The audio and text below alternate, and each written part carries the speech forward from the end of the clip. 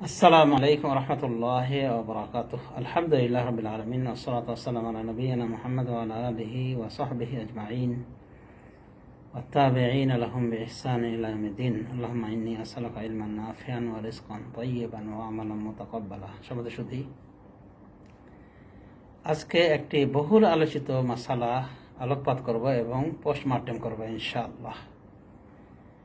মাসআলাটি হলো যে এই ইদানিং বিশেষ করে মাসালাটি ছড়িয়ে দেওয়া হয়েছে এবং অসংখ্য মানুষ বিভ্রান্তির শিকার হয়েছেন বা অনেকে কিংকত বিমূঢ় হয়েছে যে কি করবে, এরকম নতুন একটা মাসালা পেয়েছে, যার ফলে দেখা গেছে একাধিক ব্যক্তি আমার মতো একটা অধমকে, অল্প জ্ঞানের লোককে জিজ্ঞাসা করেছে একাধিক মানুষ যে এই বিষয়ে আপনি কিছু বলেন, অমুক সাহেব এটা বলেছেন। সেটা কি? একজন আলেম এটা প্রচার করে আসছেন বা তার দ্বারা প্রচারিত হয়েছে, আমার দেশের আলেম, দেশের বড় আলেম। উনি প্রচার করেছেন যে আসমান যেমন 7টি রয়েছে, জমিনের 7টি, এ পর্যন্ত ঠিক আছে, কিন্তু উনি বলেছেন যে প্রত্যেক জমিনে আদমের মতো আদম আছে, নূহের মতো নূহ আছে, ইব্রাহিমের মতো ইব্রাহিম আছে, মূসার মতো মূসা, ঈসার মতো ঈসা এবং মুহাম্মাদের মতো মুহাম্মদ সাল্লাল্লাহু আলাইহিম জামিয়ান। এটা উনি ইবনে আব্বাসের সূত্রে বর্ণনা করেছেন এবং এই বর্ণনাটাকে উনি সহিহ বলা দিয়ে গিয়েছেন এবং এটা খুব জোরালোভাবে উনি প্রচার করেছেন। তাই এই জনগণের ভিতরে এই বিভ্রান্তির দেখা দিয়েছে যে তারা আজ অনেকেই কিংকত বিমূঢ় হয়েছে যে কি করি, কোনটা করি, কেমন কথা, এটা জীবনে শুনিনি, আবার জোরাল হয়ে বলা হচ্ছে না, এরকমই। তো যা হোক, আমরা ইবনে আব্বাসের আসারটির অপারেশন করার চেষ্টা করবো, এর খুঁটিনাটি জেনে নেওয়ার চেষ্টা করবো, সরেজমিন তালাশ করে দেখবো যে আসলে ইবনে আব্বাস থেকে এটা প্রমাণিত কি নয়, আর প্রমাণিত হলে আর ব্যাখ্যাটা কি। যা হোক, সমাজে শুধু প্রথমত মনে রাখবেন যে এই আসারটি নির্ভরযোগ্য হাদিসের কোনো গ্রন্থে আসেনি বললেই চলে। ইমাম হাকিম তার মুস্তাদরাক হাকিমে এনেছেন, তবে এই আসারটি উনি এনেছেন বটে, কিন্তু ওনার বিরুদ্ধে অভিযোগ আছে যে উনি অনেক সময় জাল হাদিসকেও আনেন। যেমন বাবা আদম হাওয়া, তাদের নাকি ক্ষমা হচ্ছিল না, পরে আরশের গায়ে দেখেন লা ইলাহা ইল্লাল্লাহ মুহাম্মাদুর রাসূলুল্লাহ লেখা রয়েছে, তখন আদম আলাইহিস সালাম এটাকে ওয়াসিলা করে আল্লাহর কাছে ক্ষমা চাইলে আল্লাহ ক্ষমা করে দেন। এবং আল্লাহ বলেছেন, তুমি কিভাবে জানলে যে এই মুহাম্মাদের ওয়াসিলায় ক্ষমা চাইলে ক্ষমা হবে? তখন উনি বলেছেন যে হে আল্লাহ, আমি দেখেছি যে আপনি আপনার নামের সাথে যোগ করেছেন এই ব্যক্তির নাম, এই জন্য ভেবেছি উনি একজন মহান ব্যক্তি। তখন আল্লাহ বলেছিলেন যে হ্যাঁ, ওর জন্যই তোমাকে ক্ষমা করে দিলাম, উনি না হলে আমি কিছু সৃষ্টি করতাম না, আসমান জমিন কিছু সৃষ্টি করতাম না। এরকম একটা বর্ণনা মুস্তাদরাক হাকিমে রয়েছে। হ্যাঁ, বর্ণনাটা একবারে বাতিল, জাল হাদিস। তো এরকম কিছু জাল হাদিসও পাওয়া যায় মুস্তাদরাক হাকিমের ভিতরে। তো এরকম জালিয়াত কথাবার্তা যেটা থাকে, সেজন্য ওটা একটা ওরকম নির্ভরযোগ্য গ্রন্থ হিসেবে পরিচিত পায়নি উলামায়ে কেরামদের নিকটে। তো যা হোক, এই আসারটি, ইবনে আব্বাসের আসারটি যে প্রত্যেক জমিনের ভিতরে আদমের মতো আদম, নূহের মতো নূহ, ইব্রাহিমের মতো ইব্রাহিম, মূসার মতো মূসা, ঈসার মতো ঈসা, মুহাম্মদ সাল্লাল্লাহু আলাইহি মতো মুহাম্মদ সাল্লাল্লাহু আলাইহিmus সালাতু ওয়াস-সালাম জামিয়ান, এরকম আছে। তো এই মর্মে আসারটিকে ইবনে আব্বাসই বর্ণনা করেছেন, আর দ্বিতীয় কোনো সাহাবীর বর্ণনা পাওয়া যায় না। তো ইবনে আব্বাস বর্ণনা করেছেন, এই বর্ণনাটি এনেছেন হাফিজ ইবনে কাসির এনেছেন, তিনি এনেছেন ইবনে আবি হাতেম ইত্যাদির সূত্রে, বাইহাকির সূত্রে এনেছেন। তো ইবনে আবি হাতেম এটাকে বর্ণনা করেছেন, দেখেন 10 নম্বর খণ্ড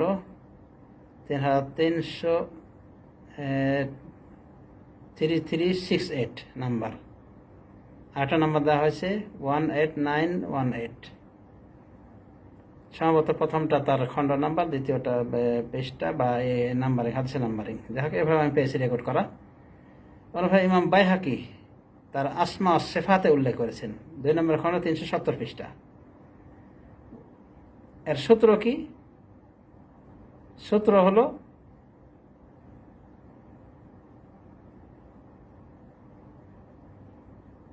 আনাবিদ দোহা, আবু দোহা বর্ণনা করছেন, উনি ইবনে আব্বাসে বর্ণনা করছেন। তো এক কথায় এই হাদিসটি ইবনে আব্বাসের ব্যক্তিগত কথা, আল্লাহর রাসূল সাল্লাল্লাহু আলাইহি ওয়াসাল্লামের কথা নয়। তো আমাদের একমাত্র দলিল হলো কোরআন এবং সুন্নাহ। তো যেটা কোরআন সুন্নাহ দ্বারা প্রমাণিত নয়, সেখানে কোনো সাহাবীর কথা আমাদের উপর হুজ্জাত দলিল হয় না, বিশেষ করে আকীদাগত এই জাতীয় বিষয়ে। সুতরাং এক নম্বর কথা, এটা আল্লাহ রাসূলের হাদিস না, ইবনে আব্বাসের ব্যক্তিগত কথা। তারপরে কথা হলো, উনি এটা বলেছেন কিনা সন্দেহ রয়েছে। এই আসারটাকে মুনকার বলা হয়েছে। মুনকার মানে সহিহ হাদিসের, মানে দিন উসুল দিনের স্বীকৃত বিষয়গুলির একেবারে বিপরীত, বৈপরীত অর্থ বহনকারী একটা আসার। কারণ এই উজ্জ্বল শরীয়তের জানাশোনা কথা যে আদম একটাই, আর নূহ একটাই, ইব্রাহিম একটাই, মূসা একটা, ঈসা একটা, জানাশোনা কথা, এদের জীবনে সবকিছু পাওয়া যায়। কিন্তু এখানে যে বলা হয়েছে আদম আর একটা, মানে প্রত্যেক আসমানে আদমের মতো আদম, মানে আদম কয়টা? তাহলে 7টা আদম হয়ে গেল। একটা জমিনের আদম, জমিনের উপরে আদম, আর 6টা আদম নিচে। এটা একটা আজব কথা না শরীয়তের ভিতরে? আসাটাকে মুনকার বলা হয়েছে এবং এর সনদ নিয়ে আপত্তি তোলা হয়েছে, সনদের ভিতরে সমস্যা রয়েছে। তো এই আসার সম্পর্কে, ইবনে আব্বাসের এই কথা সম্পর্কে আবু হাইয়ান আল আন্দলুসি মুফাসসির তিনি বলেছেন, এটা হাদিস মওযু, এটা জাল হাদিস। দেখুন আল বাহরুল মুহিত 8 নম্বর খণ্ড 283 পৃষ্ঠায়। উনি একজন মুফাসসির, উনি একবারে বলেছেন হাদিসের জাল। অনুভাবে হাদিসটাকে ইমাম যাহাবিও মানে সাপোর্ট করেননি, যদিও সনদটা বলছেন সনদটা গ্রহণযোগ্য মোটামুটি, কিন্তু এই হাদিসটা মানে লা আতাকাতা, আমি বিশ্বাস করি না যে এরকম কিছু আছে, মানে যে আদমের মতো আদম বা ইব্রাহিমের মতো ইব্রাহিম এলা আখের, এরকম আছে 7 তবক জমিনগুলিতে, মানে বাকি 6 জমিনে, 6 তবকা জমিনে। তো এই ইমাম বাইহাকি হাদিসটি বর্ণনা করার পরে, হাদিসটি 2টি সূত্র বর্ণনা করেছেন। হাদিসটি বর্ণনা করার পরে উনিও বলতে গিয়ে বলেছেন যে হাদা ইসনাদ ইবনে আব্বাস সহিহ ওয়া হুয়া শাযুন বিমাররাহ। ইবনে আব্বাসের এই সনদটা সহিহ, মানে দ্বিতীয় সনদের ক্ষেত্রে বিশেষ করে বলেছেন, যেখানে শুধু বলা হয়েছে ফি কুল্লি আরদিন নাহবু ইব্রাহিম, প্রত্যেক জমিনের বুকে ইব্রাহিমের মতো লোক আছে। মানে আগেরটার মতো সরাসরি হয় না, কিন্তু কিছু কাছাকাছি হয়েছে। তো উনি বলছেন, এই হাদিস সম্পর্কে বলছেন এটা সনদ সহিহ ইবনে আব্বাস পর্যন্ত, তবে এটা কঠিন সাজ কথা, মানে বিরল কথা, সহিহ হাদিস বিরোধী কথা। তাহলে হাদিসটাকে উল্লেখ, ইবনে আব্বাস আসারটা উল্লেখ করার পরে ইমাম বাইহাকি এটাকে প্রত্যাখ্যান করেন। ইমাম যাহাবিও বলছেন লা তাকাদ, আমি এটা বিশ্বাস করি না, আমার বিশ্বাস হয় না যে এরকম কিছু আছে। আল্লামা আলবানীও হাদিসটাকে দুর্বল বলা দেখে, জয়ীফ বলা দেখে গিয়েছেন। অনুভাবে একাধিক ওলামা একরাম, এক কথায় জমহুর ওলামা একরাম এই হাদিসকে প্রত্যাখ্যান করেছেন। এটা রাসূলুল্লাহ সাল্লাল্লাহু আলাইহি ওয়াসাল্লাম হাদিস না, 1 নম্বর কথা। 2 নম্বর কথা যে এটা রাসূলুল্লাহ সাল্লাল্লাহু আলাইহি ওয়াসাল্লামের সাহাবী ইবনে আব্বাস থেকেও প্রমাণিত নয় বলেছেন। হাফিজ ইবনে কাসির রাহমাতুল্লাহ আলাইহি ইমাম বাইহাকির কথা উল্লেখ করেছেন। ইমাম বাইহাকি বলেছে, বুঝতে পেরেছেন যে উনি শায বিমাররাহ বলেছেন, মানে কঠিন ভাবে বিরল হাদিস, সহিহ হাদিস, মানে সহিহ রাবির হাদিসের কি বিপরীত, মানে আরো সহিহ যে সমস্ত হাদিস সেগুলির কি বিপরীত। আর মুনকার তো বলেছেন অন্যান্য ইমামগণ, আর বিশেষ করে আবু হাইয়ান আল আন্দলুসি একজন মুফাসসির, আল বাহরুল মুহিত ভুবনজোড়া তাফসিরের মুফাসসির, উনি বলেছেন এটা একেবারে জাল হাদিস। অনুভাবে মুআল্লিমি ইয়ামানের একজন প্রখ্যাত মুহাদ্দিস, তিনি হাদিসটাকে মানে বলেছেন যে হাদিসটা সহিহ নয়, হাদিসটাকে উনি জাল বলা থেকে গিয়েছেন, বাতিল বলা থেকে গিয়েছেন।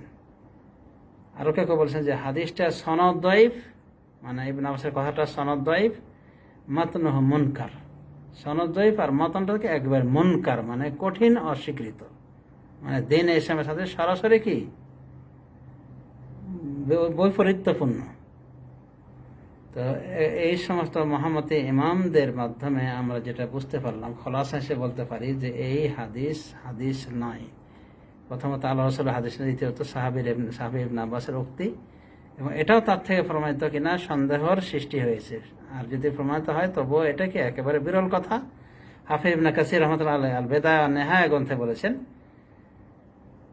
যে এটা যদি ইবনে আব্বাস থেকে সহি হয় তবে এটা এই অবস্থার উপরে নেওয়া হবে যে এটা উনি ইসরাইলদের থেকে, ইসরায়েলি রেওয়ায়ত থেকে নিয়েছেন, মানে ইহুদ খ্রিস্টানদের থেকে এই তথ্যটা উনি নিয়েছেন যে প্রত্যেক জমিনে আদম আছে, আদমের মতো আদম, নূহের মতো নূহ, ইব্রাহিমের মতো ইব্রাহিম, মূসার মতো মূসা, ঈসার মতো ঈসা, মানে ইসরায়েলি রেওয়ায়ত, আল্লাহ রাসূল থেকে নেওয়া রেওয়ায়ত নয়। তো ইমাম যাহাবি বলেছেন যে এটা বর্ণনা করো, যদি যদি বর্ণনা করো কিন্তু চুপ থাকো, মানে একেবারে নীরব থাকো, এর উপরে বিশ্বাস করা থেকে। আর তিনি আগে কি বলছেন, লা আতাকে, আমি বিশ্বাস করি না এমন কথা যে প্রত্যেক জমিনে কি রয়েছে এরকম, মানে প্রত্যেক জমিনে আদম রয়েছে, ইব্রাহিম, মূসা, ঈসা, মুহাম্মদের মতো রয়েছে। তো এটা বাতিল কথা, একটা বাতিল কথা যেটা অধিকাংশ উলামা কেরাম প্রত্যাখ্যান করে দিয়েছেন, তাকে মানে ভাইরাল করা, এটা আশা করি বুঝতে পেরেছেন কতটা মানে হতবুদ্ধিতার শামিল। আশা করব আমাদের দেশে যে সমস্ত মানে আলেমরা এই জাতীয় কথাকে মানে হাইলাইট করছেন এবং বলছেন, এই জাতীয় আলোচনা থেকে মানে বিরত হয়ে যাবেন, আর এই সব খামখেয়ালি কথাগুলি বলবেন না। এটা নতুন কোনো সম্পদ না যে উনি নতুন করে পেয়েছেন, এগুলি আগে থেকেই ওলামায়ে কেরাম বাহাস গবেষণা করে উল্লেখ করেছেন এবং এগুলোকে প্রত্যাখ্যান করেছেন এই জাতীয় বর্ণনাকে। হাফিজ ইবনে কাসিরের বর্ণনা বুঝতেই পারলেন, উনি বলছেন যদি সহি হয় ইবনে আব্বাস থেকে, তবুও এই অবস্থায় বলতে হয় যে এটা ইবনে আব্বাস গ্রহণ করেছেন ইসরায়েলি রেওয়াতে, ইহুদ খ্রিস্টানদের রেওয়াতে। ইহুদ খ্রিস্টানদের রেওয়াতে কত কি পাওয়া যায়, ওদের বর্ণনাতে পাওয়া যায় আওয়াজ বিন অনখ নামে একটা লোক ছিল, মানে আসমান মানে ওর মাথাটা ঠেকে যেত, সূর্যের কাছে চলে যেত, তো বড় বড় মাছ ধরে উনি কি সূর্যের তাপে ওটাকে সিদ্ধ করতো, আর সমুদ্রে নামার পরে ওর নাকি 1 হাঁটু পানি হয়েছিল। সবই ফালতু কথাবার্তা, এহুদি খ্রিস্টানদের কথাবার্তা। তারপরে কথা হলো এগুলো তাও তো একটা গল্প গুজব, আওয়াজ বিন অনখ এত লম্বা হোক আর না হোক সমস্যাটা কি, আমাদের কোনো সমস্যা হয় না। কিন্তু এখানে একটা আকীদা যে প্রত্যেক জমিনে মানে আদম, মানে 7টা আদম, 7টা ইব্রাহিম, 7টা মূসা, 7টা ঈসা, 7টা মুহাম্মদ আলাইহিস সালাম, এটা কত বড় কথা, এটা ছোটখাটো কথা, এটা আকীদার কথা। আকীদার ক্ষেত্রে একবারে স্ট্রং, একবারে লোহার মতো শক্ত হাদিস প্রয়োজন, বা কোরআন কারিমের আয়াত প্রয়োজন। আর এখানে একটা ইবনে আব্বাস বিতর্কিত একটা বর্ণনা দিয়ে মানুষকে বিতর্কিতে ফেলে দেওয়া হয়েছে, গলক ধাঁধায় ফেলে দেওয়া হয়েছে। এগুলো কি সঠিক? এগুলো হতবুদ্ধিতার শামিল, আল্লাহ হেদায়েতের মালিক। যাই হোক সমাজ, শুধু এই জাতীয় বাতিল কথায় কান দেবেন না, বিভ্রান্ত হবেন না। আল্লাহ রাব্বুল আলামিন আমাদের সবাইকে হেদায়েত দান করুন, যাতে আমরা এই জাতীয় আজে বাজে কথাবার্তায় কান না দিই এবং নির্ভরযোগ্য উলামায়ে কেরামদের ব্যাখ্যা বিশ্লেষণ শোনার চেষ্টা করি এবং সে অনুযায়ী আমল করি। হাদা ওয়া সাল্লাল্লাহু আলা নবিয়িনা মুহাম্মদ ওয়া আলা আলিহি ওয়া সাহবিহি আজমাইন, ওয়া সাল্লাল্লাহু আলা নবিয়িনা মুহাম্মদ ওয়া আলা আলিহি ওয়া সাহবিহি